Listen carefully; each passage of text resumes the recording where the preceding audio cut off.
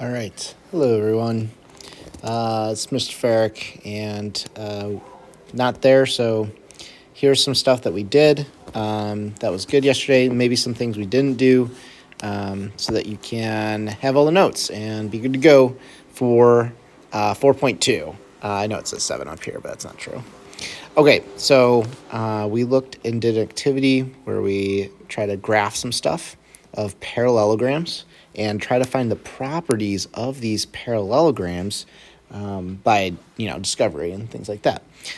So we found that the sides, we used a distance formula to find the sides of these things. So the other day we said that this was, I think, square root 18, and this is square root 41, and same thing here, and same thing here.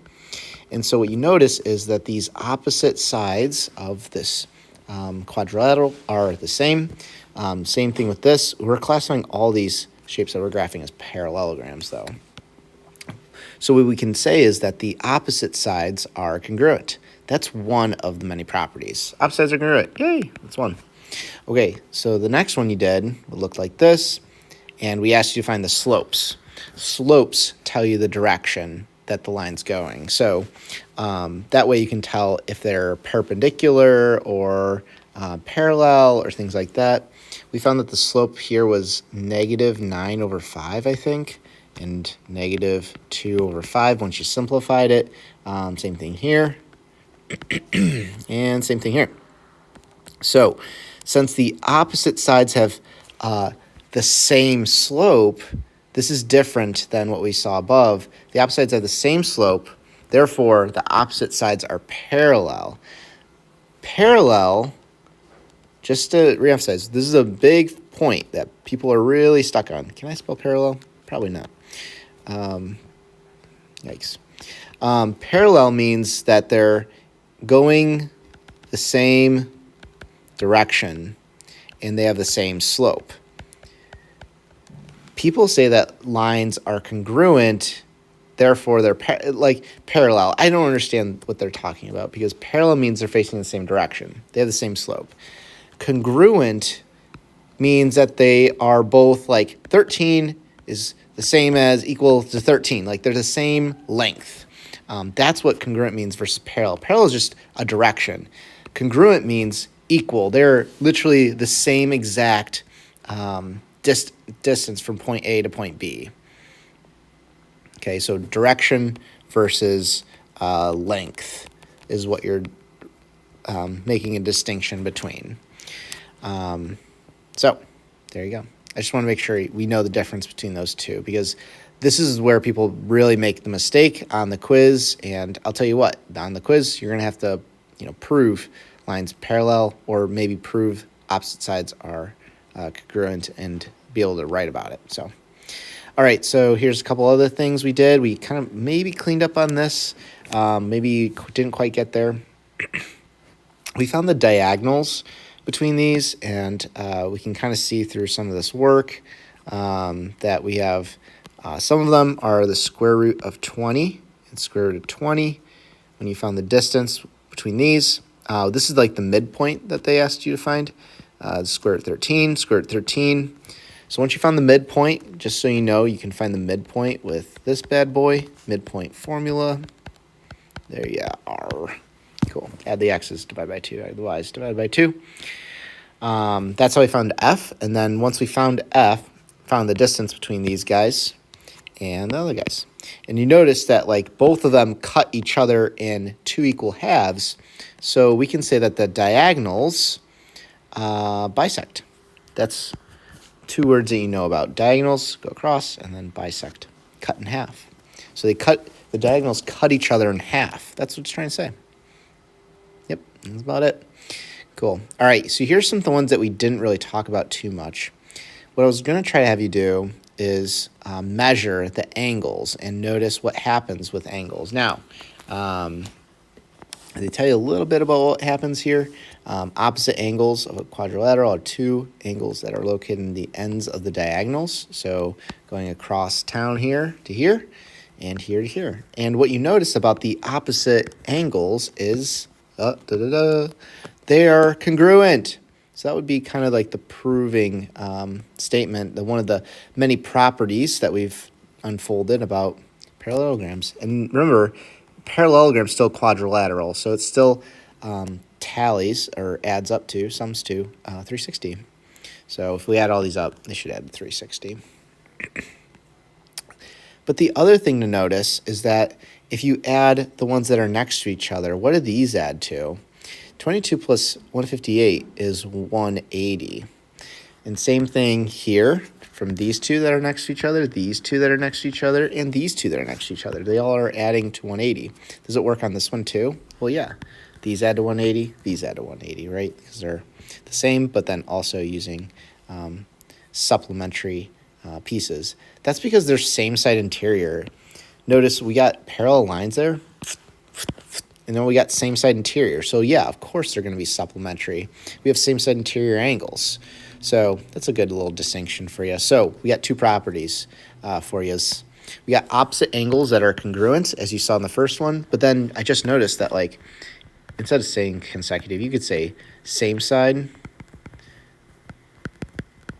interior angles are supplementary. Or you could say adjacent. Ooh, haven't seen that word in a while. Adjacent angles are supplementary. Right? These are more ways to talk about those angles. Yeah, I like adjacent. I don't know. Both are pretty valid. We haven't said consecutive, but if you said that, that would work. All right, the ones next to each other are adding to 180. That's essentially what we're saying, right? So, cool. All right, it seems like we got all five. So let's list them out. First, we got opposite sides that are congruent. And then you can mark them with these little tallies, right? Oh, actually, no, I kind of want to write these. Get me out of here. Oh, there's all the keys. Oh, that's not the one I wanted. This one. All right, let's go back. Okay, so we got opposite sides congruent. So that means you have some tallies. Awesome. Sauce. Right, that means they're the same length.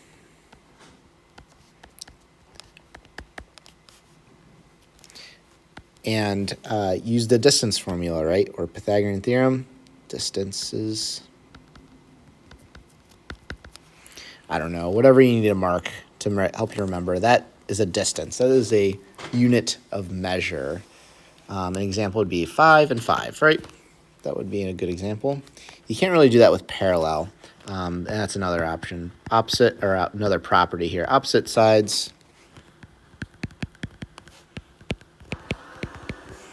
are parallel. So that means they're facing the same direction. The only thing you can do here is just, there's not really a value I can put here. Maybe a slope, right? If you have the same slopes, they're facing the same direction. But that's only like same that we're talking about too. So I'd like to put the arrows to show parallel. Those lines are parallel. Cool. So it's parallel. We said opposite, lots of opposites. Angles are congruent.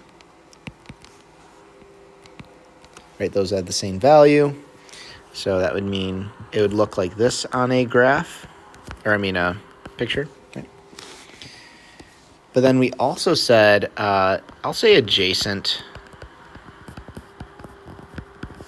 angles are supplementary. I'm going to put, yeah, supplementary. Okay. And so that would mean x, y, x, y. Maybe there's a better representation than before, but x plus y should add to 80. Good example. Ooh, maybe I'll do that in a different color.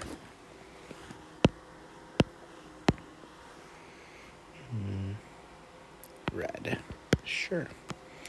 And there's one more that we talked about, and that is teal. Diagonals bisect. Cool.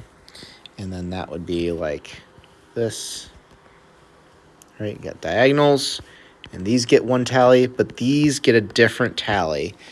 I wouldn't say diagonals are congruent. That would mean like the entire, I'll do this, the entire this is congruent to the entire this. That's not true, because this is clearly longer than this one for sure. So yeah, don't try to say diagonals are congruent. Diagonals bisect. That means they create some congruent pieces, right? You gotta find what those pieces. All right.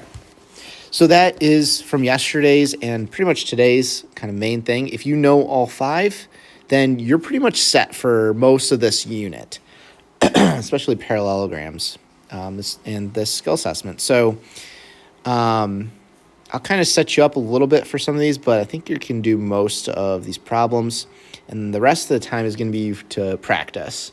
So all you're really going to do for some of these is just fill in the information they give you. Kind of like from Unit 1 where they give you some information, then you just got to kind of fill out the rest.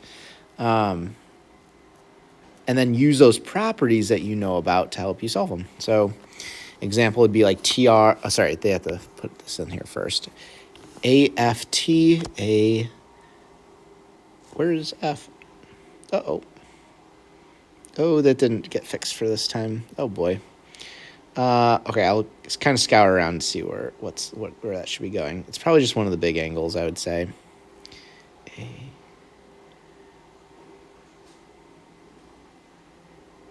I don't know what happened there. Okay, let's see. FA, we'll just skip it for now. Oh, no F. Ooh, this F is really... Is there an S? There's an A. I'm trying to... One of the letters got switched. Let's see. I think it's the D. Yeah. So let's pretend this is D instead. All the F's are going to be D's. I think that'll work. All right, A, D, T. Yeah, that seems reasonable. 121. Sorry, it took a little bit. D, A.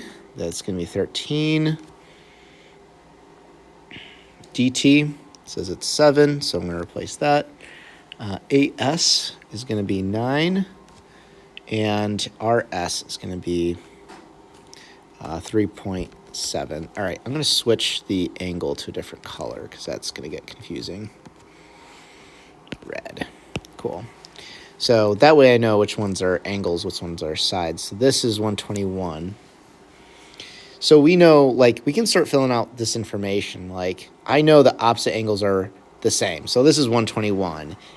But I know same side interior, same side interior or adjacent angles should add to 180. So I can just take that away from 180.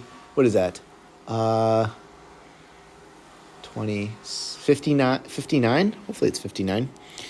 Right, so that should be 59. This should be 59, right? So if they ask over here, I can find it pretty quick. Dang, yeah, you're gonna have to change those F's again. D. Anywhere it says F, just change it to a D. That's so sad.